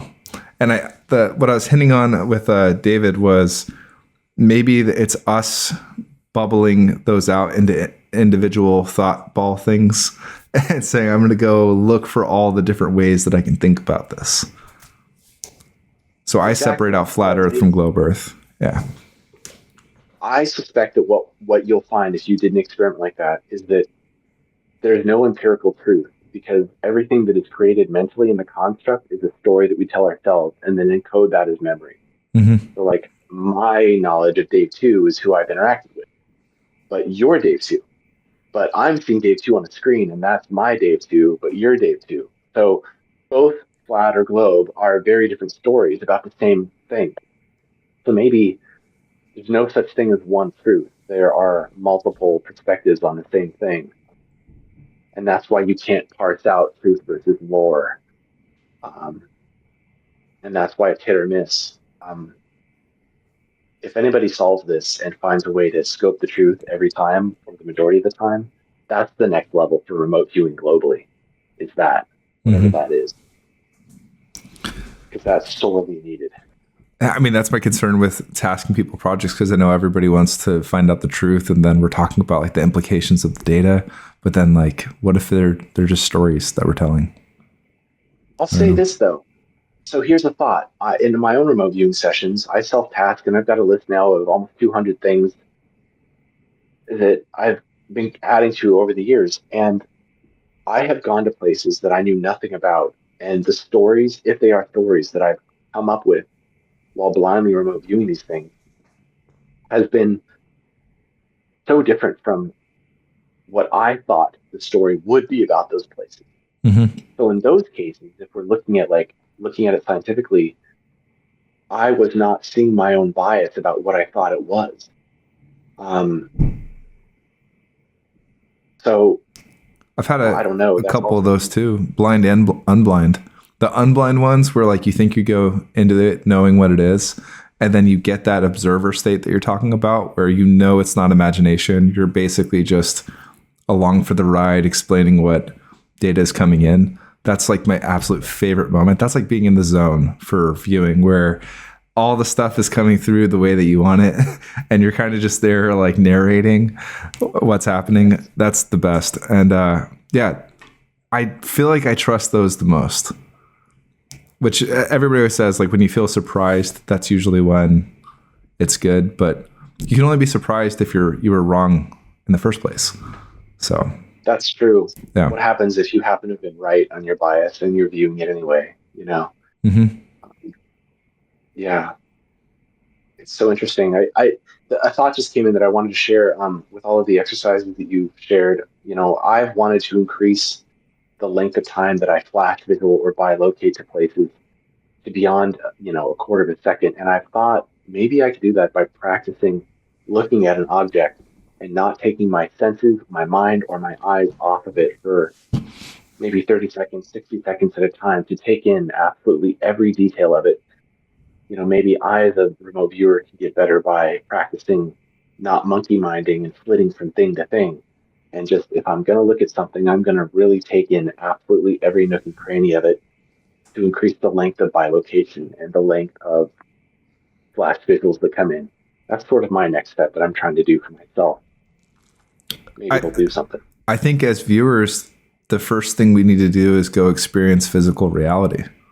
Like, Yeah. go touch the mic. What does it feel like? What is it? What does it smell like? What is it? What's it taste like? Yeah, right? Like, yeah. I don't know what it tastes like. Now I know because I just did it. Right. Yeah. And get super weird with all the stuff because otherwise, how like it's like we went into a dark room and are trying to explain it.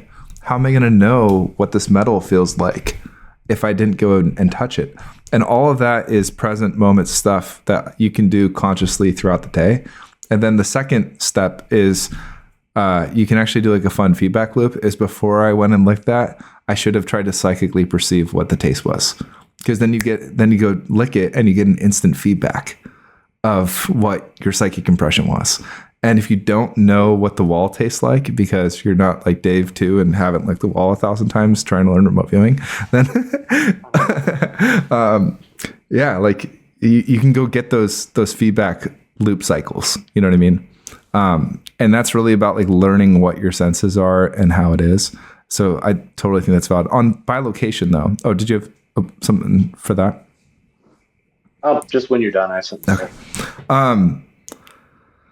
I made that uncontrolled remote viewing video about like we should be more open to just documenting blind to unblind, because everything besides saying I'm just going to go take a look at this object is accepted in remote viewing. And then as soon as you do that, they're like, that's not remote viewing. And I'm like, it's the same thing. I'm still doing the same tools. Then I was like, I'm going to go do my visual intuition, visual remote viewing methodology thing. And I think I'm going to end up calling it like controlled intuition or something, which is kind of ironic because, yeah. But the point of that with, the eye mask and everything is sensory deprivation. So that when I get to a point, it's the same thing as active imagination, but the painter of all the information is your remote data, not your imagination. And I don't think it's easy to have a bilocation experience when I'm actively hearing my environment, feeling my environment, seeing my environment. When you go to that space in your head, right, and like you block out all of your physical senses, that makes space for all the other stuff to come through. So as you do those sensory things, you engage your proprioceptive feel, you kinesthetically feel it, you bring in visual information like color and taste and smell and sound and temperature and all of that stuff, the emotional impacts, then it's kind of like building a dream in a dream world. And even though the graphics usually stay like bad N64 quality, you're at least in a spot that's three-dimensional with all of your senses engaged at the same time, rather than these individual probes. You're getting all of them at once. And that has resulted in bilocations for me. So if it's working for me, that I feel like that whole process builds an environment to be conducive for a bilocation event to even happen.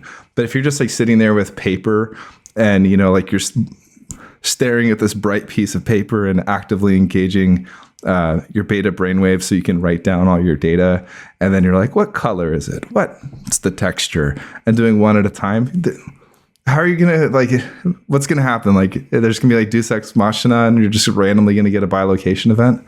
It's hard. Yeah. So that's what I really think that whole process that you and I have been doing with that makes the conditions for a bilocation to happen. Because you've now given a spot where you can get a three-dimensional experience. The next step to all of this is for remote viewers to have their own personal sensory deprivation tank in their room where they can go into to remote view from. Yeah.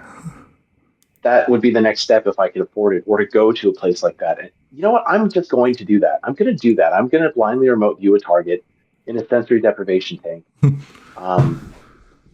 and report the results. And I bet you the results are going to be wildly better than sitting here, with just my eyes covered, right? I mean, that seems to be the next step, is to remove the senses as much as possible so that the mind's eye sense can actually bloom into something bigger and be perceived greater. Um, And I think remote viewing calls it a crutch. And I'm like, why would I go out surfing when there's no waves? Learn the conditions and then go operate in optimal conditions, right? It's like showing up to the ski slope in July. Like, why? Or, showing up after it rains and then being like, why is the snow like concrete? This doesn't make any sense. Like, learn to read the waves and understand that, the micro Teslas from the atmosphere, and the magnetosphere are highest at sunrise. And, for some reason, like all my scores are low, right? Like, how can I optimize this experience where I can use it at any time? I can try, but I'll probably get better results and have a better experience if I do a couple upfront things. It's the same thing. Like, I don't know why everyone's so antagonistic about trying to get good conditions, right? I'm sitting in my office where I also work at, right? It is like up a stairwell through 3 doors, all the way removed from the house, right? I wear shoes, I get dressed, I take a shower. I am sitting on a Steelcase Leap, exactly like that. It's a standing desk that I can raise and lower. And this whole thing is like a gigantic habitual ritual so that I can get into the zone to focus for work, right? That's like calling all of those things to get in the zone to focus a crutch and being like, nah, I can have 6 conversations and listen to this and have Netflix up on a screen. And like in software, like anybody that watches Netflix while they work, dude, you're not getting work done. You're watching Netflix. Like you got to focus on that present moment. What are you doing?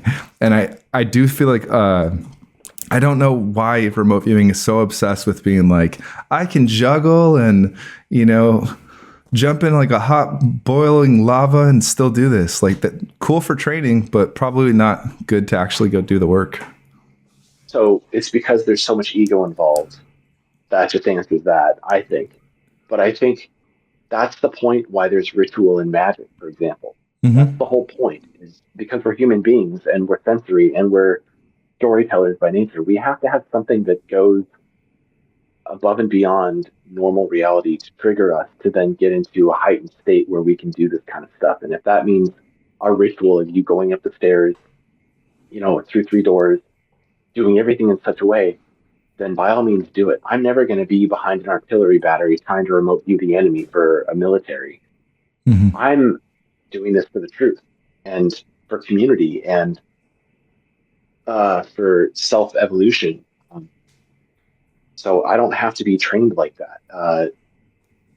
I'm seeking the truth, and I'll do whatever technique works to get there.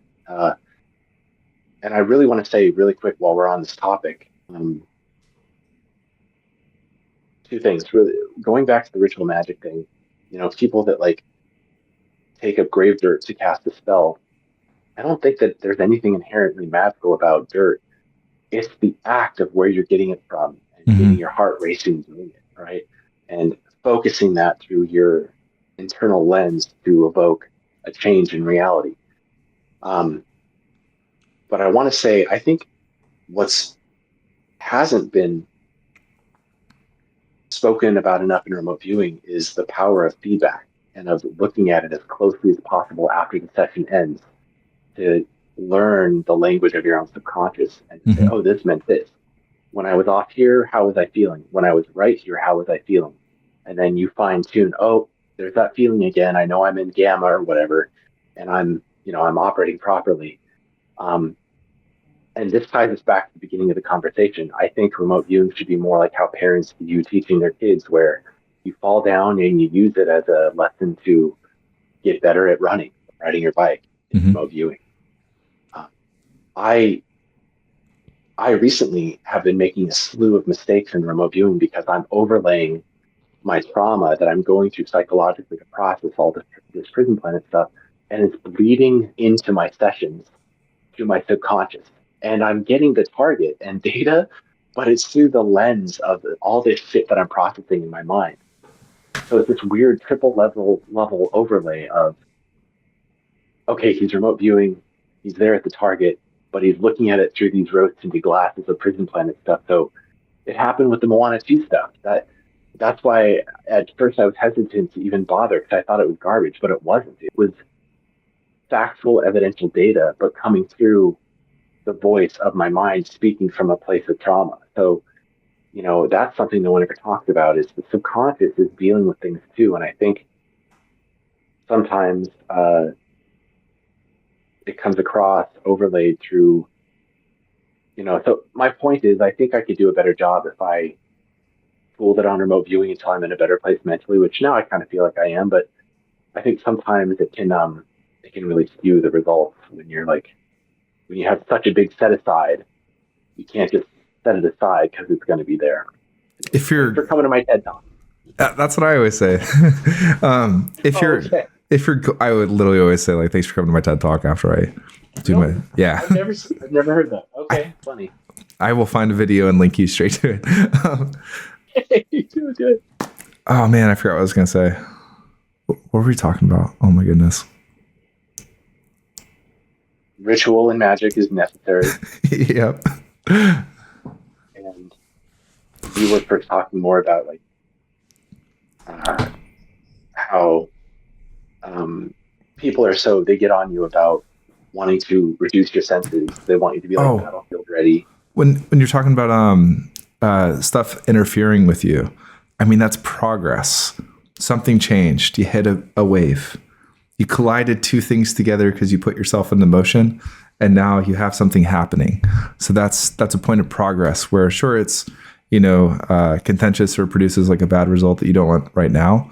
But like, it's the same thing of would you rather have just not gone and done that? Are you just never going to jump in the water because a shark might come by? No. That's true. So this isn't even going to be the biggest wave. No. And that's why, was your goal to hit the target and be right? Or usually when I sit down, I'm just like, win or lose, I'm going to sit down and I'm going to focus on the remote viewing right now. And if I miss, I learn. And if I win, I learn. Either way, I'm going and I'm tossing my waves into motion. And then sometimes I'm going to hit something that creates a wave. But all those waves are possibly the point, like why we're tossing stuff into motion in the first place. Yep. And even if you look at it if you look at it from the lens of like stock trading, it's the name of, there's a system like the 5-wave system where, this guy came along back in like the 1920s who was like, it's all about waves. There's a name for it. But he would talk about how a larger wave is comprised of numerous smaller waves that are the sum of that larger wave. It's going to kill me that I can't remember the name of that, but it reminds me of that. The Prison Planet trauma stuff has been creating a wave that I'm sure will add up to me then ascending to some other point of awareness beyond it. And then my theory is you're going to be bored and you're going to be like, man, I wish I could get to that point where I was trying to get over this Prison Planet trauma, because the process of going through and working on that is the enjoyable thing for us as weird intellectual people. It's so deep, man. It's so deep, and it's so true, and it's so inspiring. 100%. I completely agree. And, I think I've needed that perspective to conquer this thing, because I got to tell you,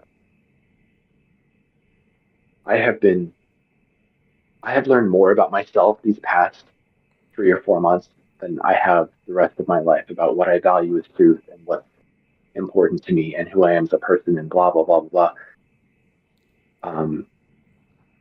I truly am Raymond K. Hessel from Fight Club. And, now the goal is to walk away from the gun, because I realize, there's bigger things than the gun, even if that's true. And those bigger things are just the present moment and who I become as a result of it, I think I'm going to record a bunch of videos for my controlled intuition stuff, whatever I end up calling it. And I'm going to put a warning on there that like just going through this process, which for ancient mystics was known as the process of knowing thyself, you are going to change dramatically.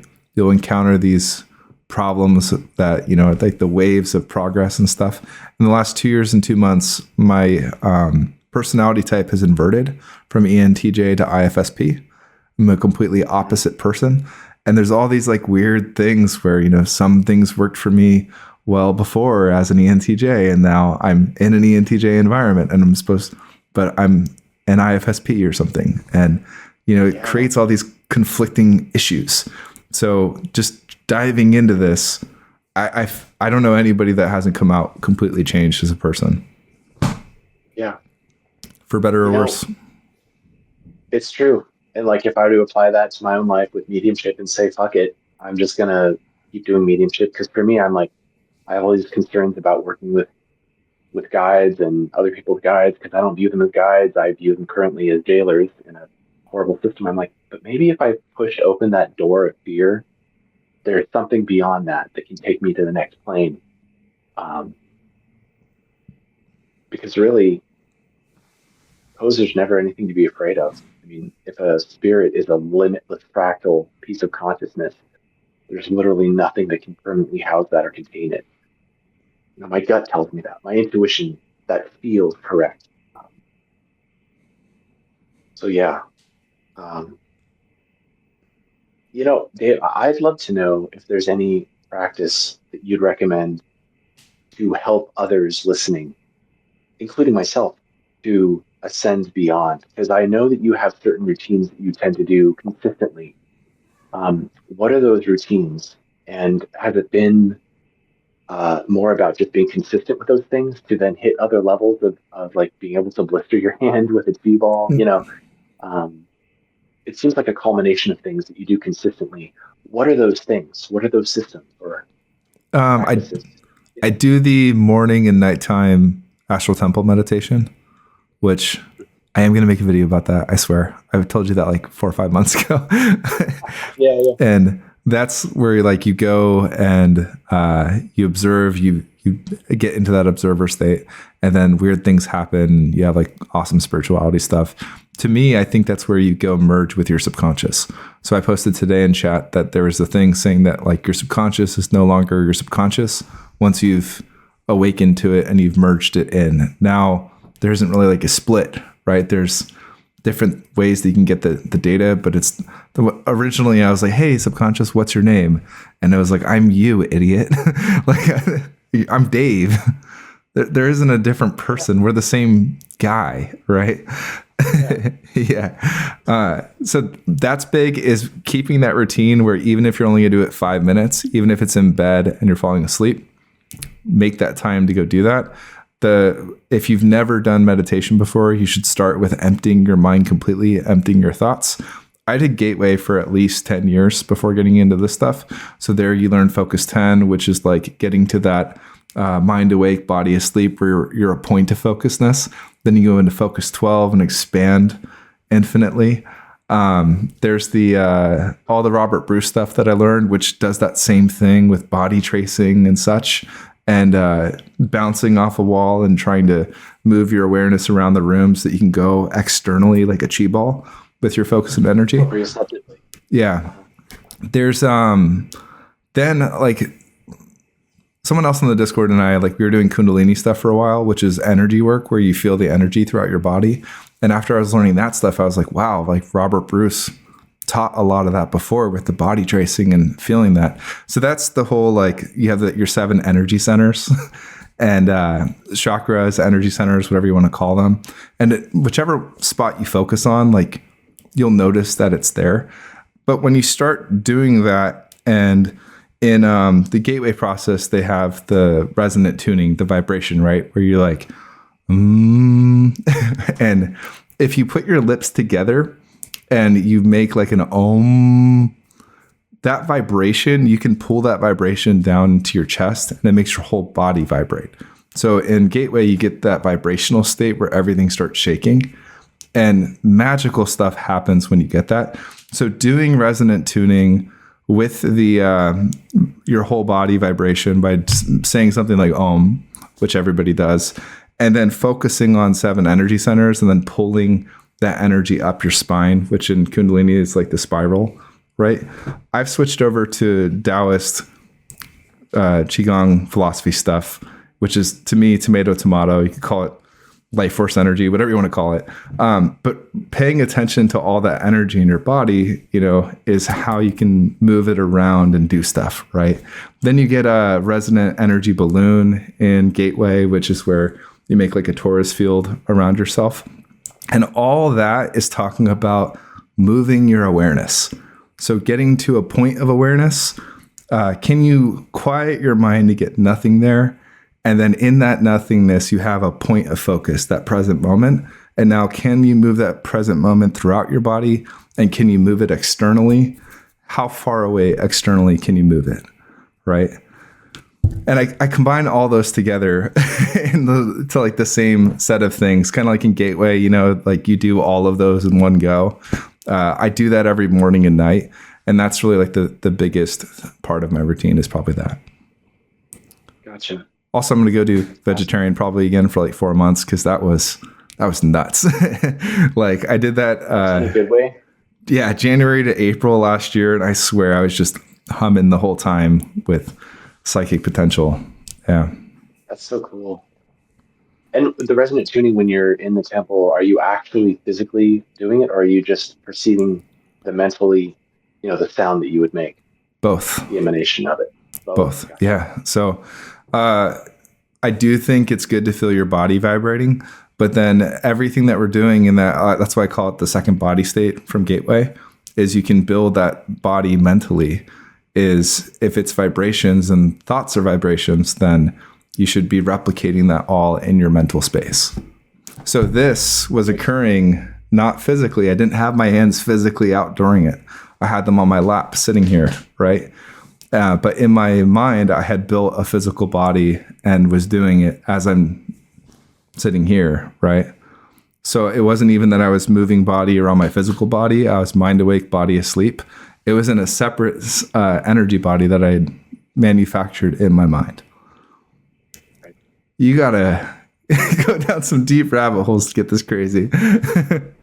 Yeah. The funny thing is that some people would view this that know nothing about any of this and be like, oh, this is so far out. But what's interesting is it's actually quite deeply within.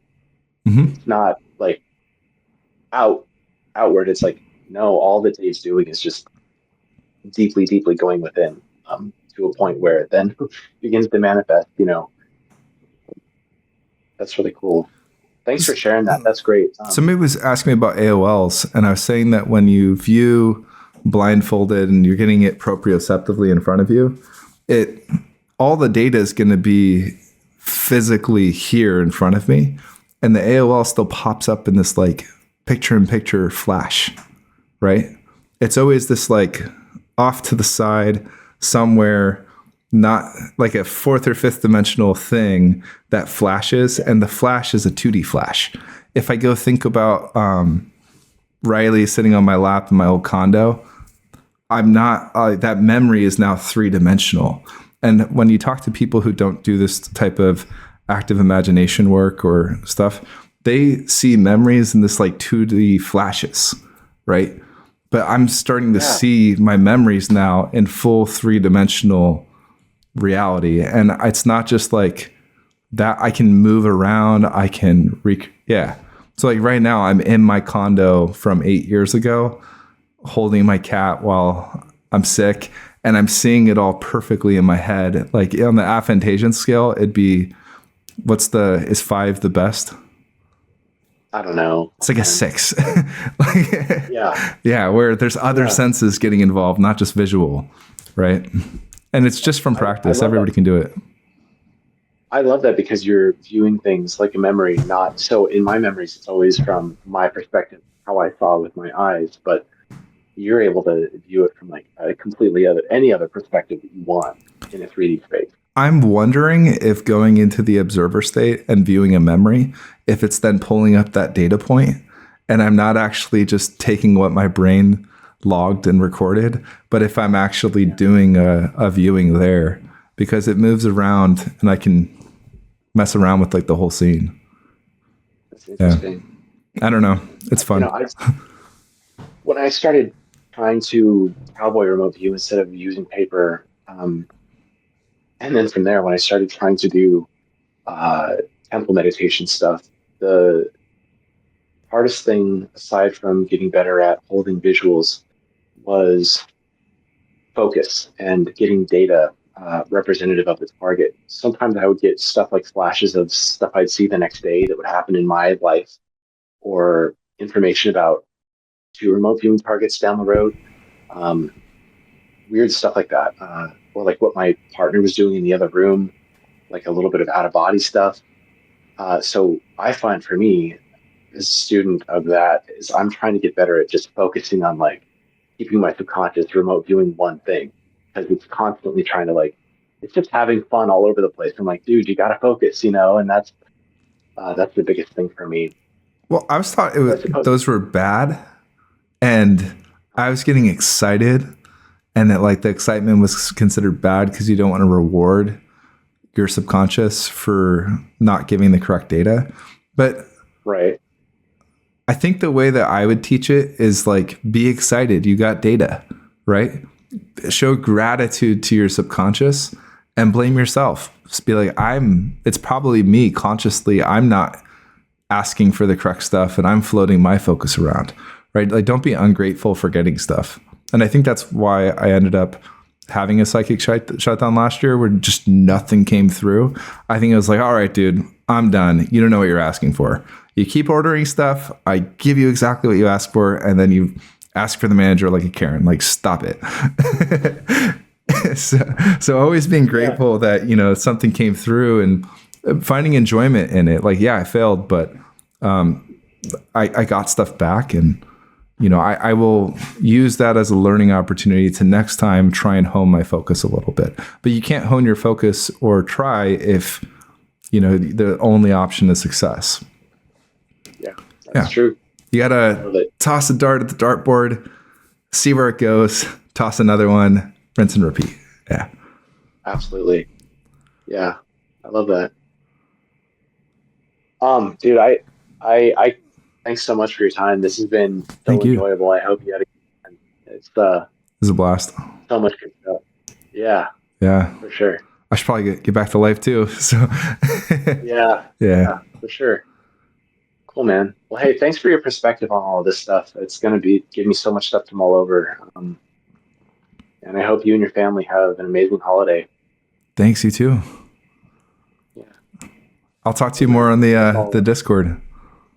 All right. Have a Cool. great day. You too, dude.